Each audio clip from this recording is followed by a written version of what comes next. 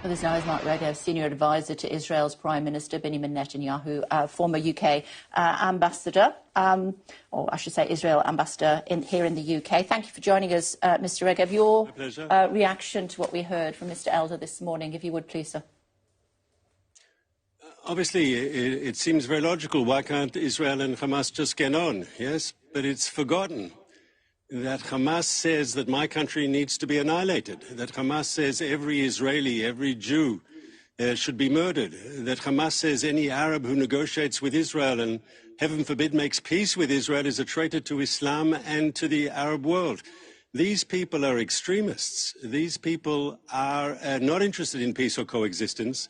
Don't take my word for it. Quote them. It was the Hamas leadership that said they would, given the opportunity, given the capability, they would do the October 7th massacre of Israeli civilians again and again and again. Their words, not mine. The UN Secretary-General, Gutierrez, said the situation is fast deteriorating into a catastrophe. It is a dire humanitarian situation, isn't it? I do, but he is wrong on one central issue. And of course, we have to do everything we can to alleviate humanitarian suffering, and we are doing. But when calling for a ceasefire with Hamas, the UN Secretary General is basically saying Hamas will stay in power.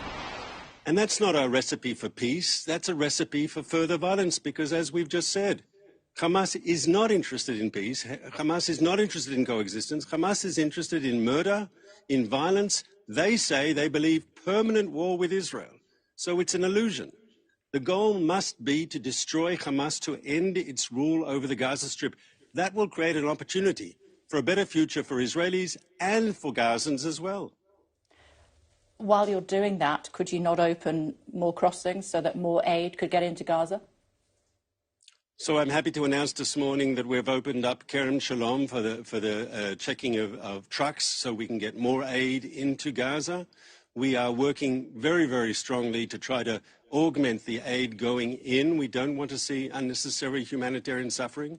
In fact, I can tell you the trucks that have been not only authorized but already checked by Israel, and of course those inspections are necessary because we don't want to see Hamas bringing in weapons illicitly into Gaza, but trucks that have been both authorized and already inspected are being held up in southern Gaza. And one has to ask the following questions.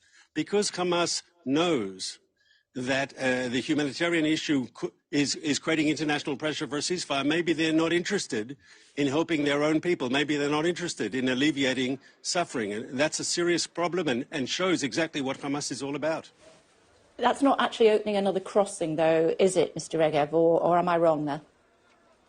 No, we've opened up a Kerem Shalom for inspecting so we can get more material, more foodstuffs checked before it goes into Gaza.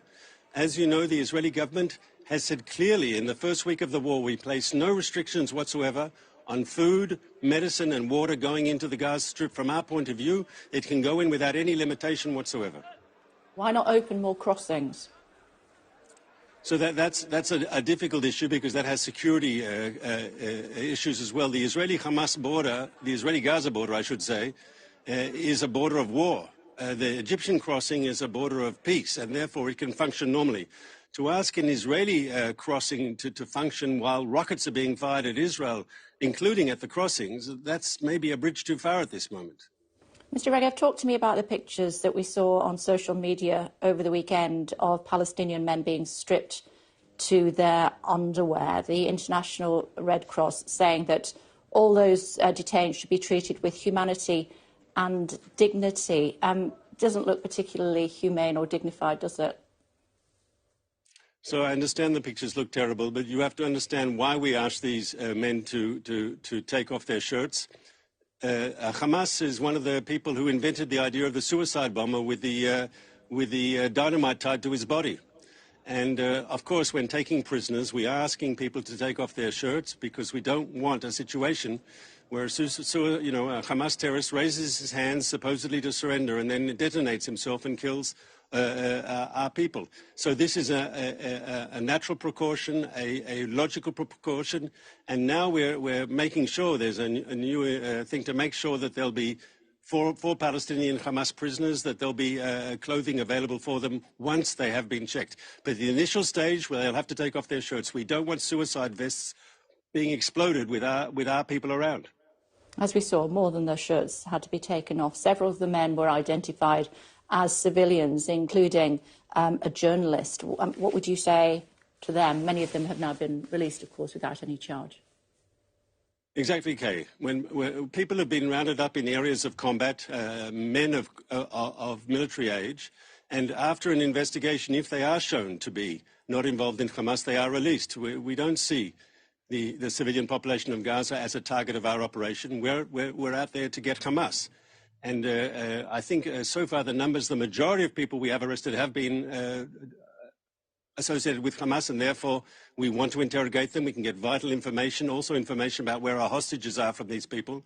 But of course, if you're not involved, people are released, and as you've reported, they've been released quickly.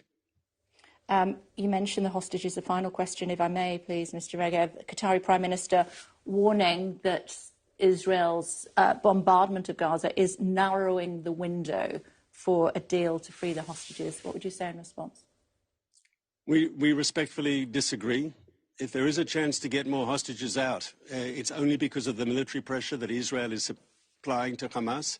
Hamas are not suddenly going to become humanitarians. They're not going to suddenly become choir boys. They're not going to suddenly decide, well, we've broken international law by taking these people hostage, by abducting them. We're going to release them all. No. Hamas will respond to pressure. And that pressure is being applied today by the Israeli Defense Forces. We must leave it there. Thank you for taking the time. Thank you for having me. Quick look at the weather.